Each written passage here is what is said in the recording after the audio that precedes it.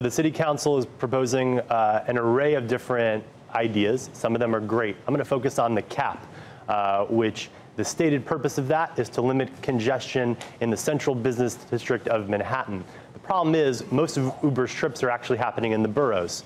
So by capping supply, and what will actually happen is that will reduce supply. I read that Lyft said that 25% of their drivers churn out every year. So we're actually going to be reducing supply while hundreds of thousands of people are likely to sign up and take their first trip on services like Lyft, Uber, Via. What you're going to have is reduced service levels in the outer boroughs. Okay, let me just ask this, though.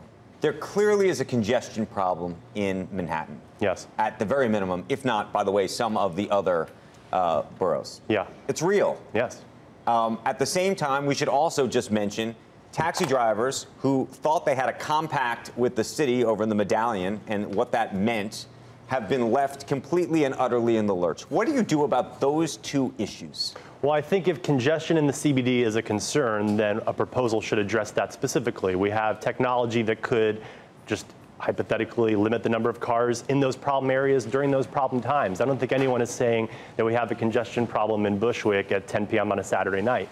But this law, which is the stated purpose of which is to prevent congestion in Manhattan, is going to more so impact those places where typically subway problems are the most severe. Okay, so you'd be okay with some kind of cap in some kind of surgical approach that is based on timing and other, maybe even technology? So I neither work for Uber nor serve on the council, and I'm also not the mayor.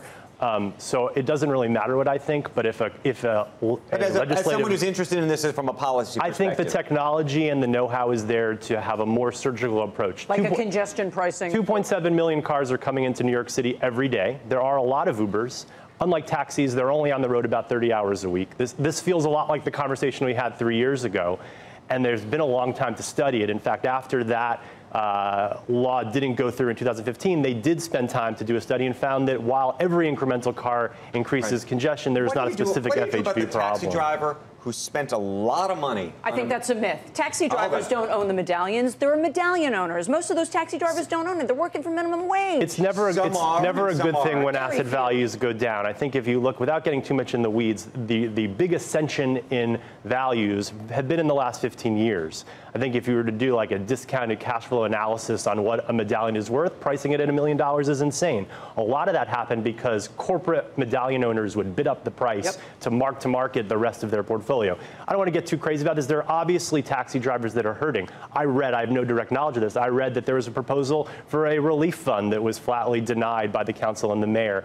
I don't know that it's about that. It might be. I can't speak to the intention, but if the intention is to reduce the traffic that we all know is problematic, it's not clear to me that not allowing people to get new licenses citywide for systems that are predominantly, so the majority of these trips are in the boroughs, that doesn't seem like the right answer to me. Those taxi medallion owners were basically living on the idea that they were always going to have protection from the government. Okay, that's a bad trade. And I'm sorry if you made a bad investment and you were disrupted by technology that outperformed you and your service became so bad because you were so protected. I'm going to defend the medallions a little bit. I mean, I think there is no better way to get a car on 43rd and Broadway than a taxi. You can request an Uber, but by nature of the e-hail and one-way streets, that might not be your best option. So I think the right that a medallion gives you, which is the exclusive right to street hails in the city, they only really serve Manhattan. 90+% trips other than the airport happen here.